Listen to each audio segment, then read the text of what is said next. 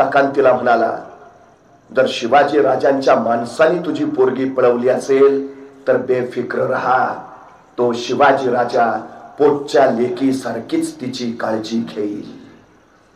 कोण म्हणतंय हे? कट्टर वैरी शाहिस्ता खा. महाराजांनी स्वराज्य उभा केलं. महाराजांनी उभा केलेलं राज्य आहे, त्याला महाराजांना शिवराज्य हे नाव देता आलं असतं. दिलं असतं तरी आम्हाला अभिमानच वाटला असता. पण महाराजांनी या राज्याचं नाव ठेवलं स्वराज्य. स्व म्हणजे माझ. या मातीत उगवलेल्या कुणीही या राज्याच्या नावाचा उच्चार करावा. स्वराज्य, माझं राज्य. आणि मग माझा आहे ना, मलाच लढलं पाहिजे, मला झगडलं पाहिजे, मला झुंजलं पाहिजे. ही उर्मीतल्या प्रत्येकात रुजली, भरली, फुलली. आणि मग इथली माणसं मातीसाठी लढायला, मरायला, झुंजायला तयार झाली. स्वराज्याची सुरुवात माणसं तयार करण्यापासून. इथं काही तयार नाही. महाराजांनी राज्य उभा केलं ते कवायती फौजांवर नाही, उपलब्ध साधन सामुग्रीवर नाही, अफाट संपत्तीच्या बळावर नाही. शून्यातनं विश्व उभा केलं. कोण होतं सोबत महाराजांच्या?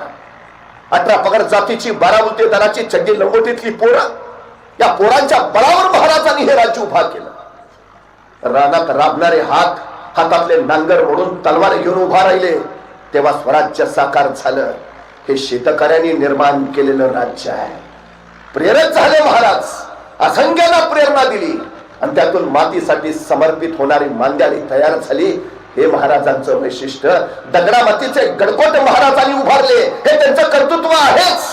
पण त्याच गडकोटांसारखी बुलंद आणि बलाढ्य माणसं त्यांनी घडवली, हे त्यांचं सगळ्यात मोठं वैशिष्ट्य आहे. कुणी घ्या, तानाजी, बाजी, यसाची, कोंडाची, कर्तोची, प्रत्येकाचं आयुष्य सांगतं कसं जगावं आणि कसं मरावं. नॅशनल कॅरेक्टर्स तयार केली महाराजांनी, राष्ट्रीय चारित्र्य घडवलंय. महाराजांच्या पूर्वी सैन्य राजासाठी लढत होतं. महाराजांनी पहिला क्रांतिकारी बदल केला.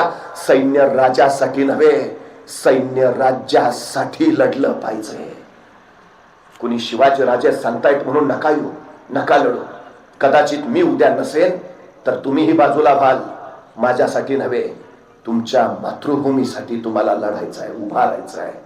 महाराजांनी जे पेरलं ते हे सगळ्यात महत्वाचं. माणसं स्वतःच्या राज्यासाठी यायला लागली. माझा आहे, मला लढलं पाहिजे, ही उर्मी महाराजांनी तयार केली. मला एका प्रश्नाचं उत्तर द्या. आपल्या घरातल्या विजेच्या बल्बला आपण कधी दगड मारतो का? नाही. आणि रस्त्यावरची एक तरी ट्यूब आपण नीट ठेवतो का? का हो? घरातला बल्ब माझा असतो, रस्त्यावरची ट्यूब माझी नसते. ज्या दिवशी रस्त्यावरची ट्यूब माझी होईल ना, त्या दिवशी हा देश महासत्ता होईल. महाराजांनी ते केलं. जे माझं आहे त्याच्या रक्षणासाठी मी पुढे धावतो, जे माझं आहे त्याच्या संवर्धनासाठी मी समर्पित होतो. आणि हे तुझं आहे, तुलाच उभं राहावं लागेल. असा एक एक महाराजांनी माणूस उभा केला. बुलंद गडकोटांसारखा. अनेक राजांनी गिरिदुर्ग बांधले, अनेक राजांनी जलदुर्ग उभारले, पण माझ्या राजांनी नरदुर्ग तयार केले. हे माझ्या राजांचं सगळ्यात मोठं वैशिष्ट्य आहे, सगळ्यात मोठं. 2011चा दहशतवादी हल्ला झाला आणि मग आम्हाला कळालं महाराज म्हणत होते ते खरं होतं. महाराष्ट्राचा हा दर्यावरचा धोका ओळखला. देश आमचा, भूमी आमची, मग या भूमीतला दर्या सुद्धा आमचाच हवा. पण तो आमचा नव्हता. समुद्रात आमची नौका घालायची झाली तर आम्हाला पोर्तुगीजांचा परवाना घ्यावा लागायचा. आमच्याच देशातल्या आमच्याच समुद्रात आम्हाला जायला बंदी होती. महाराजांनी सांगितलं नाही, दर्याला व्यसन घातलीच पाहिजे, दर्यावर आपलीच हुकूमत हवी. आणि म्हणूनच सम्राट चंद्रगुप्तानंतर हिंदुस्थानात स्वतःच आरमार उभा करणारे पहिले राजे म्हणून आम्हाला छत्रपती शिवाजी महाराजांचं नाव घ्यावं लागतं. कधी भारतीय नौदलात गेलात तर नौदलाच्या प्रवेशद्वारावरच लिहिलंय भारतीय आरमाराचे जनक छत्रपती शिवाजी महाराज. महाराजांनी आरमार उभा केलं, पण या आरमारासाठी लागणारी जहाज इंग्रजांकडनं विकत घ्यावी लागायची, तोफा पोर्तुगीजांकडनं विकत घ्याव्या लागायच्या, दारुगोळा डचांकडनं विकत घ्यावा लागायचा. ते देतही होते. पण एके दिवशी महाराजांनी विचार केला, इंग्रज आज जहाज देत आहेत, पोर्तुगीज आज तोफा देत आहेत, डच आज दारुगोळा देत आहेत, पण उद्या हे देणं याने बंदच केलं तर.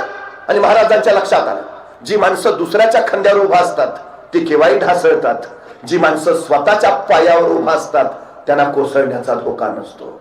स्वराज्य स्वतःच्या पायावर उभा राहिलं पाहिजे, स्वराज्य स्वयंपूर्ण झालं पाहिजे, स्वराज्य स्वावलंबी असलं पाहिजे. आणि म्हणूनच महाराजांनी रत्नागिरी जिल्ह्यातल्या विजयदुर्गला जहाज बांधायचा कारखाना काढला, मुंबई जवळच्या कल्याणला आरमाराची गोदी काढली, पुण्याजवळच्या मावळामध्ये तोफा ओपायचा प्रचंड मोठा कारखाना उभा केला. स्वराज्यासाठी लागणारा दारुगोळा स्वराज्यातच तयार होऊ लागला.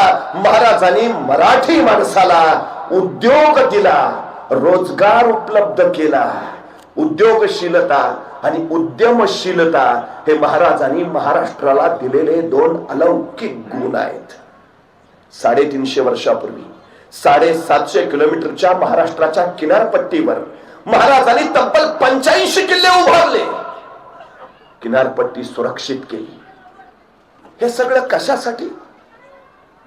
स्वराज्य बळकट करणं हा हेतू होताच, पण त्याही पेक्षा महत्वाचा हेतू होता या मातीत उगवलेल्या प्रत्येकाच्या हाताला काम मिळालं पाहिजे.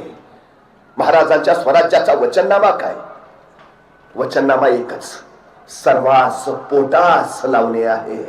महाराजांना माहिती आहे, रिकाम्या पोटी माणसं झुकलेली राहतात आणि भरल्या पोटी माणसांच्या पाठीचे कणे ताठ होतात. या माणसांना स्वाभिमानी बाण्यानं उभा करायचा असेल तर पहिल्यांदा यांची पोटं भरली पाहिजेत. आणि महाराजांनी म्हणूनच चोहो बाजूला रोजगार उपलब्ध केला. महाराष्ट्रात आज मिती 450 किल्ले आहेत, पैकी 360 स्वराज्यात होते, पैकी 110 किल्ले महाराजांनी आपल्या 50 वर्षाच्या आयुष्यात बांधलेत. 50 वर्षात एक घर बांधून होत नाही आम्हाला, महाराजांनी 110 किल्ले बांधलेत. स्वराज्य बळकट करणं हा हेतू आहे, पण त्याहीपेक्षा महत्वाचा हेतू आहे या मातीत उगवलेल्या प्रत्येकाच्या हाताला काम मिळावं. सुतार, लोहार, चांभार, न्हावी, जोशी, गुरववाणी, मुलानी, साडी, माडी, तेली, धनगर, कोळी, आगरी, भंडारी सारी पोटाला लागली पाहिजे. हे सगळ्यात महत्वाचं. महाराजांनी ते विलक्षण कार्य इथं केलं.